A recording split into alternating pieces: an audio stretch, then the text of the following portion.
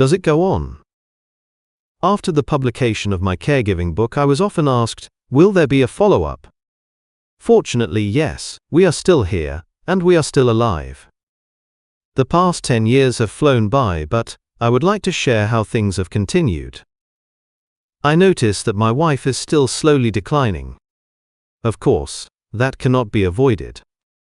For those who don't see her every day, the change is probably more obvious than it is for me. To me, it feels like a gradual shift, little by little, day by day. She now needs support almost all the time when walking or moving. At home, she can still find her way a little, but most of the time she walks hand in hand with me. Around 90% of the time she depends on my arm. The other 10% she manages by moving from chair to sofa, from table to armchair. If the distance is too far, she simply waits until I come to help her.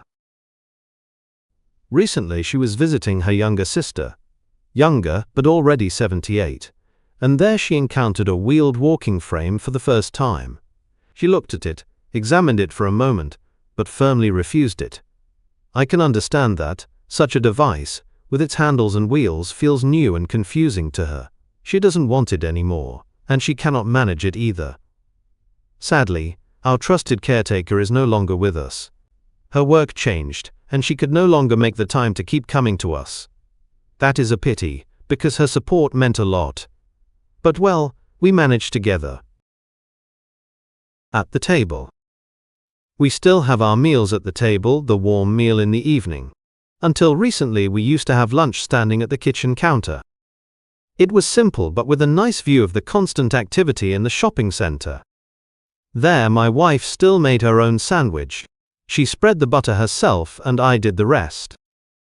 Because of her constant tapping on the countertop, I eventually had to move her to our sitting area. Now I prepare her sandwiches, cut them into bite-sized pieces, and hand them to her. For the warm meal, I use a piece of foam rubber to soften the sound of her tapping on the table. It helps, until she hides it away again, and then I put it back, and so it goes on. I never put all the dishes on the table at once but bring them in the right order. Each time I go to the counter for the next dish, she folds up the tablecloth. Sometimes this happens 3 times in one meal. The funny thing, or perhaps not so funny, is that when we finish eating and I tell her, "Now you really may put the tablecloth away," she just leaves it there. But as I have often said, nothing surprises me anymore, and I live by that. What still amazes me is how easy she remains to get along with. Never aggressive, never stubborn, always kind, gentle and compliant. Until recently, on an ordinary day. We were about to go out by car and I asked her to stand up. But she just stayed sitting. For the first time. Since I am not able to lift nearly 70 kilos, there was nothing to do but wait.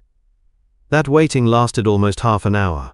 And then, after the umpteenth time I asked if she was coming, she suddenly stood up, as if nothing had happened, and we could leave.